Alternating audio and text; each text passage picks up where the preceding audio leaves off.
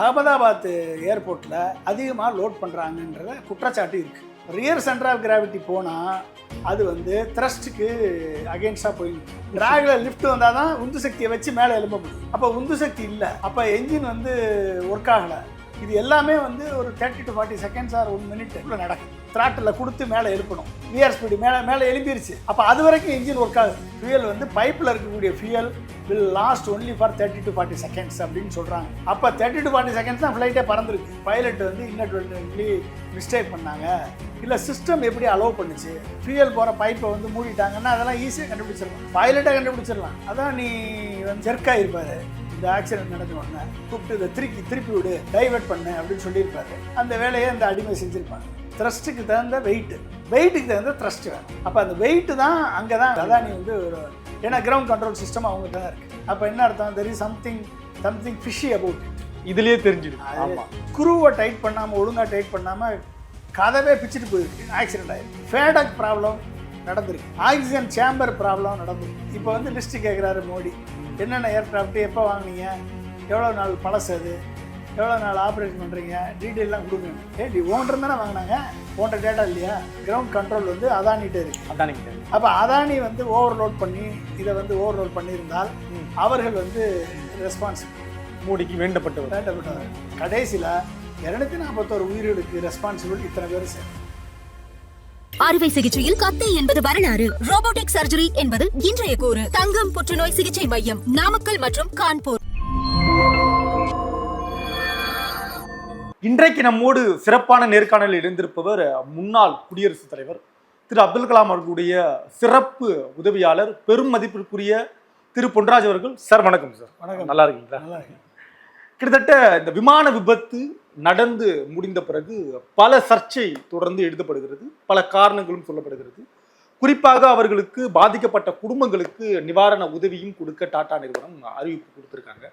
முதற்கட்டமா என்ன நடந்திருக்கு, குறிப்பாக இந்த பராமரிப்பு சரியில்லை, அதன் காரணமாகவும் இந்த விபத்து நிகழ்த்தப்படலாம் சொல்லப்படுது. உங்களுடைய பார்வையில் விபத்தில் வந்து பல கேள்விகள் இருக்கிறது. இந்த கேள்விகளுக்கான பதில் நம்மளுக்கு கருப்பு பெட்டி கிடைத்து விட்டது. அதை அனலைஸ் பண்ண பிறகு flight data recorder, digital flight data ரெக்கார்டரும், அப்புறம் சிவிஆர் என்று சொல்லப்படுகிற காக்பிட் வாய்ஸ் ரெக்கார்டர், இந்த ரெண்டுலேருந்து வரக்கூடிய டேட்டாவிலிருந்து தான் நம்மளுக்கு வந்து உண்மையான நிலவரம் தெரிய வரும். இங்கே டேட்டான்றது எதை சொல்கிறீங்க, எப்படி டேட்டா கிடைக்கும் நமக்கு? அதாவது வந்து ஒரு ஃப்ளைட் அப்படின்னு எடுத்துக்கிட்டிங்கன்னா, ஃப்ளைட்டில் ஏர் ஃப்ரேம் இருக்குது, ஸ்ட்ரக்சரல் ஃப்ரேம் இருக்குது, ஃப்ளைட்டில் 2 விங்ஸ் இருக்குது, என்ஜின் இருக்குது, ஃப்ளாப் இருக்குது, அப்புறம் பின்னால் வந்து டெயில் விங்கில் வந்து ரட்டார் இருக்குது. ரட்டார் வந்து லெஃப்ட் அண்ட் ரைட்டு திரும்பும். அந்த டெயில் விங்கோட சேர்த்து சின்ன ரெக்கை இருக்கும், சின்ன ரெக்கை.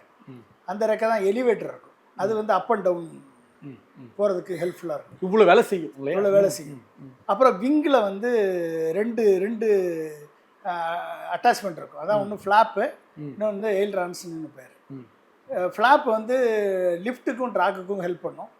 எயில்ரான்ஸ் வந்து ஒரு ஃப்ளைட் வந்து இப்படி போகிறப்ப இப்படி போகுதுன்னு வச்சுக்கோங்க ஃப்ளைட்டு, இது வந்து இப்படி ரொட்டேட் பண்ணும், இப்படி ரொட்டேட் பண்ணும், திரும்பும். இது வந்து எயில்ரான்ஸுடைய வேலை.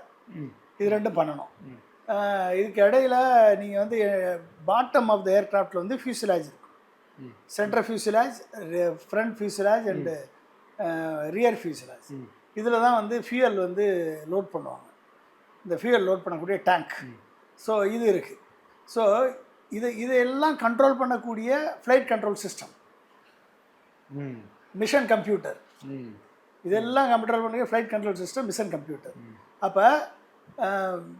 அப்புறம் வந்து இதனுடைய லேண்டிங் கியர் தான் அந்த டயர், அதுக்கு பேர் தான் லேண்டிங் கியர்னு பேர், இந்த tyre. So landing gear operation, அது வந்து மேலே தூக்கும், கீழே இறங்கும் போது அது கீழே இறங்கும், அதுக்கப்புறம் லேண்ட் ஆகும் அந்த ஓடுதளத்தில். இத்தனை காம்போனன்ட்ஸையும் கண்ட்ரோல் பண்ணி, இத்தனை காம்போனன்ட்ஸ் இந்த டேட்டாவை எடுத்து, எல்லா டேட்டாவையும் பைலட்டினுடைய காக்பிட்டுக்கு முன்னால் ஹெட்அப் டிஸ்பிளே இருக்கும்.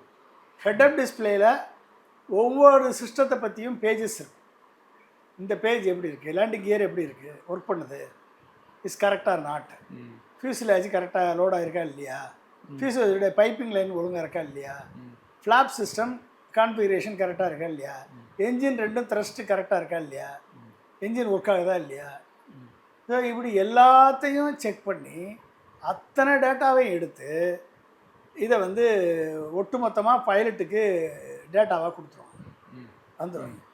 ஸோ இதை வந்து மேனேஜ் பண்ணுறதுக்கு போயிங் 787 வந்து ஃபேடக்குன்னு ஒன்று இருக்குது. ஃபேடக்குன்னு பேர் அதுக்கு. Flight full authority digital engine கண்ட்ரோல்னு பேர். Completely automated system for thrust management. சரி. த்ரஸ்ட்டை மேனேஜ் பண்ணுறதுக்கு, அதாவது தேவையான உந்து சக்தியை மேனேஜ் பண்ணக்கூடிய software, hardware and electronic control தான் அது. சரி. அப்போ என்ஜின் கம்ப்ளீட் என்ஜினை அதான் மேனேஜ் பண்ணும். ஸோ இத்தனைக்கு அப்புறம் எலக்ட்ரிக்கல் சிஸ்டம் இருக்குது, அதனுடைய ஃபியூயல் சப்ளை சிஸ்டம் இருக்குது, இத்தனையும் இன்டகிரேட் பண்ணி கொடுக்கும். இது வந்து எனக்கு எப்படி தெரியும் அப்படின்னா, நான் வந்து உங்கள் யூடியூப்பில் இல்லை வந்து வாட்ஸ்அப்பில் படிச்சுட்டு விக்கிபீடியாவில் படிச்சுட்டு பேசுகிறேன் இல்லை நான். ஏன்னா நான் வந்து ஃபைட்டர் ஏர்க்ராஃப்ட் டிசைன் அண்ட் டெவலப்மெண்ட்டில் இன்வால்வ் இருந்ததுனால சயின்டிஸ்டாக இருந்ததுனால எனக்கு வந்து இந்த ஃப்ளைட்டினுடைய கம்ப்ளீட் சிஸ்டத்தை பற்றி தெரியும். ஏன்னா நான் வந்து டெக்னாலஜி டெவலப்மெண்ட் டைரக்டரேட்டில் ஏடிஏல மினிஸ்ட்ரி ஆஃப் டிஃபென்ஸில் சயின்டிஸ்ட்டாக ஒர்க் பண்ணேன். அப்போ அதில் வந்து எங்களுடைய டிபார்ட்மெண்ட் வந்து டெக்னாலஜி டெவலப்மெண்ட் டிபார்ட்மெண்ட். இதில் வந்து மெயினாக computer systems and networking and full support, software, இது எல்லாமே எங்களுடைய கண்ட்ரோலில் வர்றதுனால எல்லா டிபார்ட்மெண்ட்டுக்கும் நாங்கள் போய் ஒர்க் பண்ணுவோம். அதுவும் தரவுகளோட எல்லா டிபார்ட்மெண்ட்டும். நீங்கள் கம்ப்யூட்டர் டிசைன், அப்போ டிசைன் பண்ணக்கூடிய டிபார்ட்மெண்ட்டும் நாங்கள் எங்களுடைய இன்புட். கம்ப்யூட்டர் மேனுஃபேக்சரிங் அவங்களுக்கும் நாங்கள் சப்போர்ட் பண்ணுவோம். அடுத்து வந்து நீங்கள் வந்து வெர்ச்சுவல் ரியாலிட்டி, அடுத்து வந்து கம்ப்யூட்டரைசேஷனல் ஃப்ளூயிட் டைனமிக்ஸ் சிஎஃப்டி. அதான் ஏர் ஃப்ரேம் வந்து ஒரு ஃப்ளைட் பறக்குது அப்படின்னா எப்படி ஏரோடைனமிக்ஸ் எப்படி ஒர்க் பண்ணுது, எப்படி லிஃப்ட் ஜென்ரேட் ஆகுது, எப்படி ட்ராக் ஜென்ரேட் ஆகுது, எப்படி வந்து டேக் ஆஃப் ஆகுது, இதை வந்து கம்ப்ளீட்டாக சிஎஃப்டி அனாலிசிஸ் பண்ணக்கூடிய சிஸ்டத்தை டிசைன் பண்ணி கொடுத்துருக்கேன் நான். ஓகே. அப்புறம் வந்து ஏவியானிக்ஸ், கம்ப்ளீட் ஏவியானிக்ஸ் தான் காக்பிட்டை. அந்த கம்ப்ளீட் ஏவியானிக்ஸில் காக்பிட்டை சிமுலேட்டரை டிசைன் பண்ணியிருக்கோம். அங்கே டாக்டர் தினகர் ராஜ்குமார் தலைமையில் பிரபுல்லச்சந்திரன், சுரேஷ்குமார் இவங்களோட. ஸோ அதில் வந்து அவங்க பண்ண சிஸ்டத்தில் சி கோடு தான் இருந்தது முத அதை அப்படியே வந்து ஆப்ஜெக்ட் ஓரியன்டட் டிசைனாக மாற்றுறதுக்கு நான் ஹெல்ப் பண்ணியிருக்கேன். அதே மாதிரி virtual reality doctor RK Ramanathan தலைமையில் அப்துல் கலாம் வந்து முதல்ல வெர்ச்சுவல் ரியாலிட்டியை 1995 இன்ட்ரடியூஸ் பண்ணார். First time virtual reality. இப்போ தான் நீங்கள்லாம் காகிள் போட்டு பார்க்குறீங்க.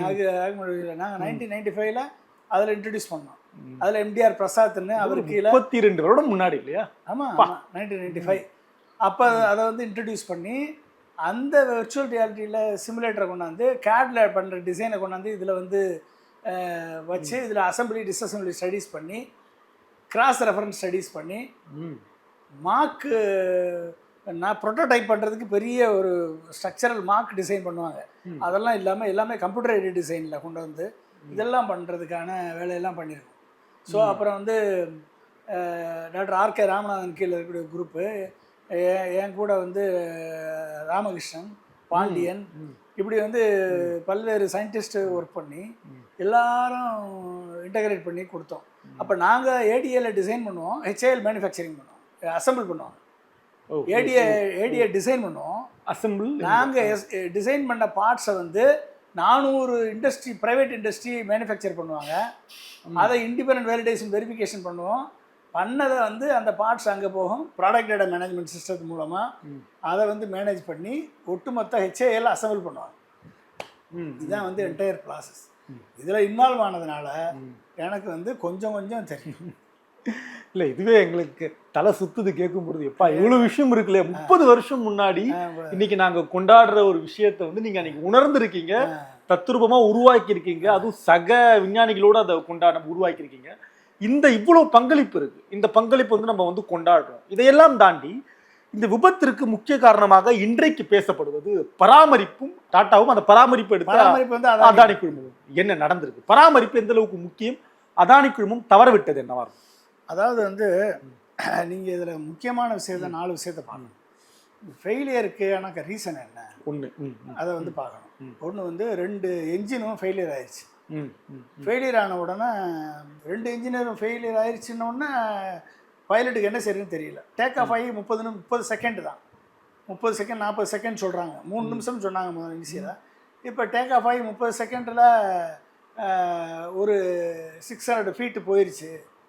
அப்போ அந்த அதில் வந்து பார்க்குறப்ப இன்ஜின் 2 இன்ஜின் ஒர்க் பண்ணல. எப்படி ஒர்க் பண்ணல?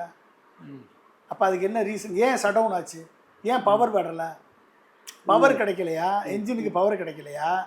இல்லை வந்து என்ஜின் வந்து ஃபேடக் ஃபெயிலியர் ஆயிடுச்சா? அந்த ஃபேடக் சிஸ்டம் ஃபெயிலியர் ஆயிடுச்சா? த்ரஸ்ட் கிடைக்கல. த்ரஸ்ட் கிடைக்கல. அப்போ ஏன் த்ரஸ்ட் கிடைக்கல? ஃப்ளாப் ஒர்க் பண்ணல. ட்ரஸ்ட்னு உந்து சக்தியை சொல்கிறீங்க. உந்து சக்தி கிடைக்கல. உந்து சக்தி இல்லைன்னு லிஃப்ட் ஆகாதுல்ல. உந்து சக்தி இருந்தால் தான் என்ஜின்லேருந்து உந்து சக்தி வரும். ஏர் வந்து ட்ராகாக செயல்படும், ஃப்ளாப் வந்து லிஃப்டாக செயல்படும். ட்ராகில் லிஃப்ட் வந்தால் தான் உந்து சக்தியை வச்சு மேலே எழும்ப முடியும். அப்போ உந்து சக்தி இல்லை, அப்போ என்ஜின் வந்து ஒர்க் ஆகலை. இது எல்லாமே வந்து ஒரு 30 to 40 செகண்ட்ஸ் ஆர் 1 மினிட்டுக்குள்ளே நடக்குது. அப்போ நீங்கள் இதில் வந்து நீங்கள் வந்து டாக்ஸிங் பண்ணி போகிறது ஒரு 2 நிமிஷம் ஆகும்னு வச்சுக்கோங்க. அப்போ அதுக்கு பேர் V1 ஸ்பீடுன்னு பேர். V1 ஸ்பீட்லேருந்து மேலே எழுப்புனா VR ஸ்பீடு, த்ராட்டில் கொடுத்து மேலே எழுப்பணும். VR ஸ்பீடு மேலே எழும்பிருச்சு. அப்போ அது வரைக்கும் இன்ஜின் ஒர்க் ஆகுது. இல்லைன்னா மேலே கூட போயிருக்காது. என்ஜின் ஒர்க் ஆனது, மேலே போனது வந்து திடீர்னு என்ஜின் ஃபெயிலியர் வருது. 2 என்ஜினையும் த்ராட்டில் கொடுக்குறாரு, த்ரஸ்ட் கிடைக்கல. எந்த என்ஜின் ஃபெயில்னா என்னது? அதுக்கப்புறம் ஒன்றும் செய்ய முடியாது. அது அந்த மேடேன்றது அதுக்கப்புறம் தானே? அதுக்கப்புறம் தான் மேடே சொல்கிறாரு. அப்போ அதுக்கு காரணம் என்ன? அப்போ வந்து ஃப்ளாப் கான்ஃபிகரேஷன், ஃப்ளாப் செட்டிங் ஒழுங்காக இல்லையா? இல்லை ஃப்ளாப் ஒழுங்காக வந்து கரெக்டாக மூவ் ஆகலையா? ஃப்ளாப் மூவ் ஆனால் தான் லிஃப்ட் கிடைக்கும். லிஃப்ட் கிடைக்கல. ஏன் கிடைக்கல? மேலே இப்படி போனது அப்படியே இறங்குது. லிஃப்ட் கிடைக்கல, அப்படியே இறங்குது. ஸோ இதுக்கு காரணம் என்ன அப்படின்றது ஒரு கொஸ்டின். ஓகே, அப்போ லிஃப்ட் கிடைக்கல, ஃப்ளாப் ஒர்க் பண்ணலை, என்ஜின் ஃபெயிலியர். அப்போ இதுக்கு காரணம் 2 காரணம். ஒன்று வந்து ஃப்ளாப்பில் ப்ராப்ளம், ஃப்ளாப் கான்ஃபிகரேஷனில் ப்ராப்ளம், ஹைட்ராலிக்ஸில் ப்ராப்ளமா, ஃப்ளாப் செட்டிங்கில் ப்ராப்ளமா, ஃப்ளாப்பில் வந்து fly by wire control system ஒழுங்காக ஒர்க் பண்ணலையா? இத்தனை ப்ராப்ளத்தையும் கண்டுபிடிக்கணும். 2வது, நீங்கள் வந்து என்ஜினுடைய த்ரஸ்ட்டு ஃபெயிலியர் ஆச்சு அப்படின்னா ஏன்னா ஃபியூயல் சப்ளை இல்லையா? ஃபியூயல் சப்ளை ஒழுங்காக போச்சா இல்லையா? இல்லை ஃபியூயல் சப்ளை வந்து சுவிட்ச் ஆஃப் ஆயிடுச்சா? இதெல்லாம் வந்து ஸ்டாண்டர்ட் ஆப்ரேட்டிங் ப்ரொசீஜர் படி ஒழுங்காக இருந்தால் தான் எடுப்பாங்க. பைலட்டு ஒழுங்காக இருந்திருக்கணும். ஒருவேளை அங்கே வந்து ஃபியூயல் சப்ளையை யாராவது க்ளோஸ் பண்ணிவிட்டு இன்அட்வர்டன்ட்லி பைலட்டு மிஸ் பண்ணிட்டாரா பார்க்குறதுக்கு, அவர் பார்க்கலன்னா கூட சிஸ்டம் அலோவ் பண்ணாது. சிஸ்டம் அலோவ் பண்ணாது.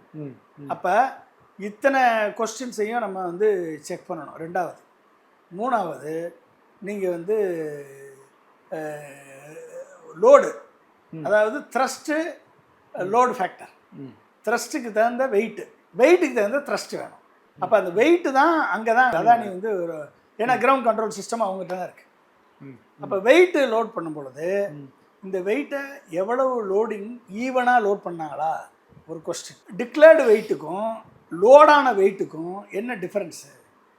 நார்மலாக எனக்கு கிடைச்ச தகவல் படி அகமதாபாத் ஏர்போர்ட்டில் அதிகமாக லோட் பண்ணுறாங்கன்றத குற்றச்சாட்டு இருக்குது. வழக்கமாகவே கடந்த காலங்கள்லையும் கார்கோவில் அதிகமாக லோட் பண்ணுறாங்க. இவங்க டிக்ளேர் பண்ணுறது ஒன்று, லோட் பண்ணுறது ஒன்று, ஏதோ வச்சு மேனேஜ் பண்ணி ஓட்டிக்கிட்டு இருக்காங்க. அப்போ இதில் என்ன பிரச்சனைன்றதை கண்டுபிடிக்கணும். இன்வெஸ்டிகேஷன் தான் சொல்லணும். இது உண்மையாக ஒழுங்காக லோட் பண்ணாங்களா, இல்லை வந்து இது லோட் பண்ண பிறகு அப்ரூவல் கொடுத்தாருல, அது அப்ரூவல் கொடுக்கணும் ஒருத்தர். அதுக்கு ஒரு டீம் இருக்குது. இது கரெக்டான வெயிட் லோட் ஆகிருக்கா, ஈவனாக லோட் ஆகிருக்கா, லோடிங் ப்ரொசீஜர் படி லோட் ஆகிருக்கா. நீங்கள் மீண்டும் சொல்லும்போது ஈவன்ட்ரிங் சொல்கிறீங்க. இந்த ஈவன்ன்ற அந்த வால்யூம்குள்ளே சொல்கிறீங்களா? ஈவனில் எல்லா இடத்துலையும் ஸ்ப்ரெட் ஆகிருக்கு. கரெக்ட். அதுதான். இது வந்து இதில் தான் இங்கே தான் ஒரு பிரச்சனை என்னன்னா, சென்டர் ஆஃப் கிராவிட்டி எங்கே நிற்கிதுன்னு சொல்லணும். சென்டர் ஆஃப் கிராவிட்டி சென்ட்ரலில் இருக்கணும். அது ரியருக்கு ஷிஃப்ட் ஆச்சுன்னா ஆக்சிடென்ட்டுக்கு கொண்டு போய் விட்டு, ரியர் சென்டர் ஆஃப் கிராவிட்டி போனால் அது வந்து த்ரஸ்ட்டுக்கு அகெயின்ஸ்டாக போய் நிற்கும். இப்போ பார்க்குற நேர்கள் வந்து சீசாவை புரிஞ்சிக்கலாமா? அந்த சீசாவோட அந்த சாவித்தளம் பேலன்ஸ் மாதிரி. ஆமாம், அது மாதிரி அப்போ த்ரஸ்ட்டு உங்களுக்கு கிடைக்காது. த்ரஸ்ட்டு வந்து கம்மியாக இருந்துச்சுன்னா சென்டர் ஆஃப் கிராவிட்டி மாறிச்சு ரியருக்கு போச்சு அப்படின்னா அங்கே வந்து த்ரஸ்ட்டு வெயிட் ரேஷியோ மேட்ச் ஆகாது. அப்போ அங்கே தான் வந்து அதானியினுடைய கிரவுண்ட் ஸ்டாஃபுடைய ரோலை நம்ம இன்வெஸ்டிகேட் பண்ண வேண்டிய தேவை. ஓகே, ஸோ அடுத்து வந்து செவட்டாச் அப்படின்னு நம்ம வந்து சொல்ல முடியாது. ஆனால் இந்த ஒரு சில தியரி, ஒரு சில இப்போ டவுட்டு ரைஸ் பண்ணுறாங்க.